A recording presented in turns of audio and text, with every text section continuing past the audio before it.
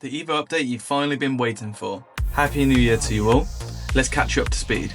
On August 17th I purchased my dream car, a Mitsubishi Evo, and if you watched the video you'll know I've travelled miles to collect it. Whilst it may be the best car I have ever bought, it may be also the most unreliable. Let me explain. I was travelling back from Ramsgate and the car performed excellent, until it didn't.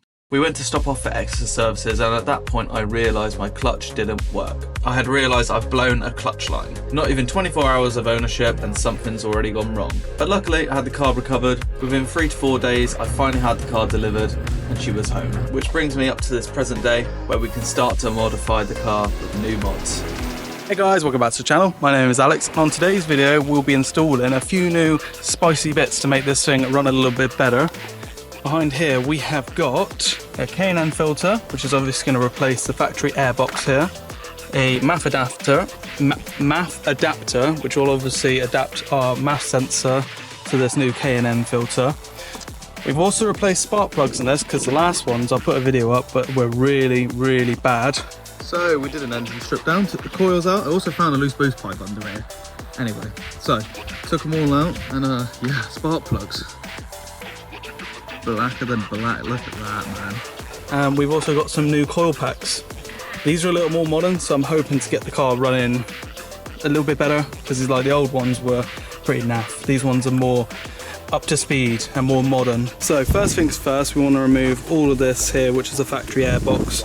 That connects straight to the turbo, which is down there. So we'll issue a time lapse and start on that.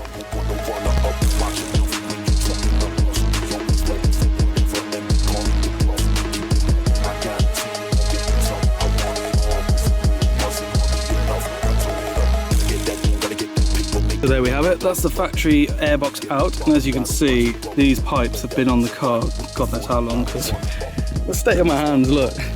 Just from touching that pipe alone, that's just made my hands grubby, so that's one thing that I'm looking to replace.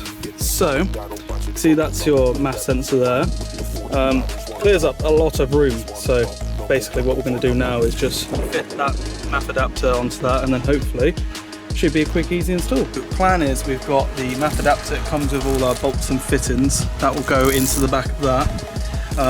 I'm just winging it, I've never seen a video how to do this, but I think what you want to do is remove these 4 bolts, get access to the MAF sensor, which is there, take it off, and then I guess you just plumb it into the back of that from the looks of it. So we're going to do that now.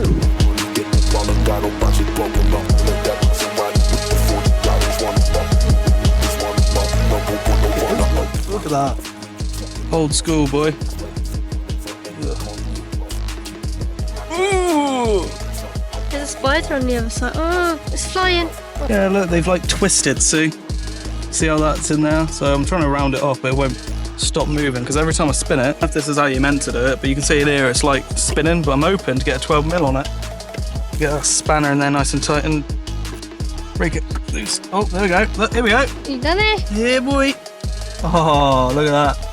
Oh, it's coming off like a booty now, isn't it? Booty! There we go. Right, here we go. That nut should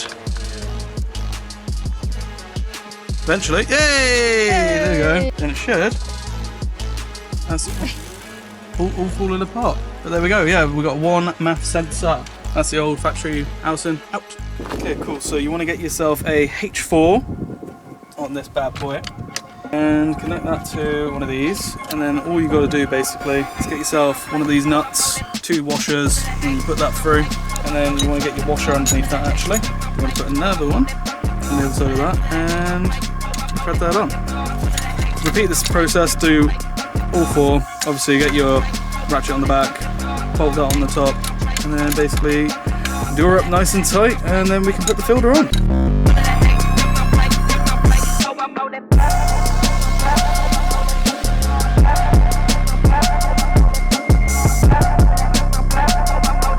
So MAF sensor is now on with the adapter, so now I believe all we've got to do is get this out, this K&N air filter. Once you buy these, lifetime warranty, so they last throughout the duration of your car's life. But here's look at that, doesn't that look nice? Yeah. I mean, it's much better than the whole factory airbox in there, that's massive. So then that sits on like that, and then we tighten that bad boy up and it's all good. And I think that would sound pretty cool. What do you reckon? Yeah. Yeah? Should we Get it on. Get her on, boy. connect that bad boy in there. Was that a math sensor? That is a mass sensor. So for anyone out there that doesn't know what a mass sensor is, it stands for mass airflow, which basically everything that's going in, they want to know exactly what's going into that. I wonder where this is going to go. You think like this? It sits a bit funny, doesn't it? I wonder if that's because I've got it that way up. What do you reckon? Maybe if I push it down a bit.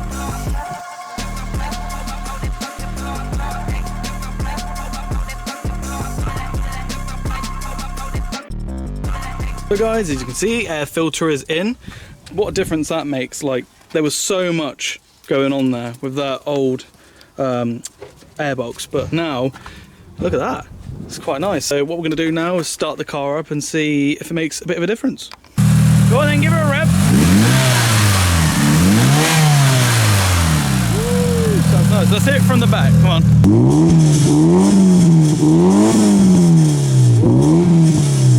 So everything was looking good until we ran into our next problem. The turbo itself was making no boost. So I messaged Ches to have a look and see what the problem was. So we have found a problem. That part of the actuator arm is snapped off, as you can see from there. Luckily we've got a part for it.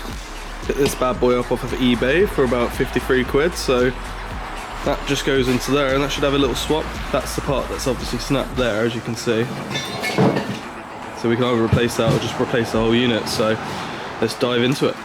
So that's the old actuator off. We got the same one here, have we? Yeah. It's about right, doesn't it? So the only part that failed was that one there, but might as well swap it out. That actually looks like a lot thicker as well. Like, you look at the threads in the bar. Yeah. That looks quite skinny, doesn't it? Yeah. The preload would be the same on there, wouldn't it? Looks about the same. Would have said so. I mean, like, if you look comparison-wise, that looks identical. No, it's worth a try, isn't it? Alright, see how we get on. So that just goes back in up there then. Shove it in, Ches. What do you mean by that? There we go. So she's on. Hopefully this is the right clip.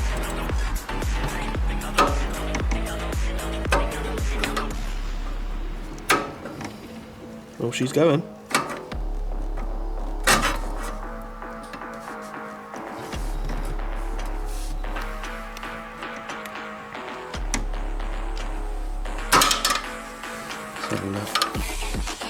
She might just be that little bit too tight, what do you reckon? It's on.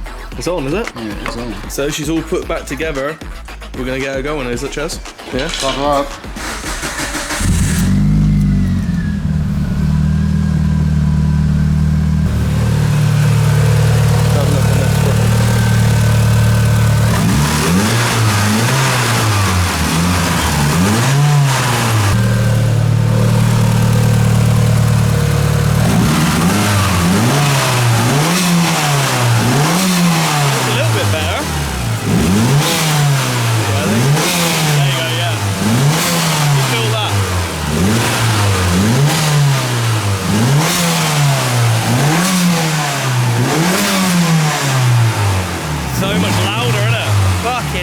Right then, we're in the cockpit, boy. You excited?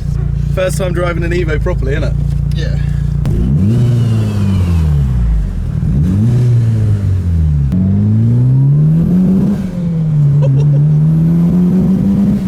Missing. Is it Misfire? Yeah. Have you changed your plugs? Yeah. Yeah. Yeah, that's fucking quite nice. It boosts quite nice, isn't it? Yeah.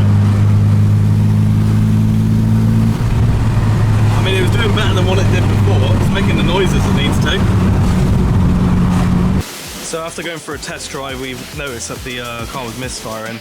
I have actually replaced the spark plugs in this. As you can see, I've now swapped to NGK Iridium ones, I believe. But what I've done is I've basically gone ahead with the wire brush, just taken off some of the top because it was like looking quite rich. So obviously you can see on those ones there compared to that is quite dark, but they're burning through nicely. I just think the car's obviously running a bit rich, which I'll be remapping the car in the future once I've got a few other little bolt-on bits. But what I'm going to do is just clean these ones up and chuck her back in and see how she runs. A few minutes later. So I've done a bit of digging and trying to find out why it's been misfiring at the top end. Turns out it's the coil packs. I thought obviously it might have been with the spark plugs being quite dark as they were, but they were firing fine. I've swapped them out to the stock ones. This is what came with the car, and it drives fine. It was all just down to the coil packs. I imagine it's because they're newer, you need to map it into the car. Once it's mapped in, it'll probably feel a lot better and the idle will be good. Also, my door, probably realised there's a bit of cardboard there, but yeah, I've basically had to strip the entirety of the door out because the motor has seized up. So it went down, didn't come back up, and then I pushed it down and it went all the way down and it didn't come out. So I've had to strip the entirety of the door card. Jap life. This is my first Japanese car, so I've realised it does push you. Everything seems to be breaking on this car. It's broken 3 times already, and I've only owned it for about 5 months. But obviously, if you break stuff, you replace stuff, you can upgrade stuff. So that's what I'll be planning to do in the future. For the minute, this is what it's going to be like. I've obviously put these boost pipes on, but they're no good. I'll probably end up getting some better ones. But for the minute, quite happy with it. I've got a few other bits to sort on it, but I'll let you know in future videos. So if you've enjoyed today's video, make sure you like, subscribe, and I'll catch you guys in the next one. I'll see you guys later.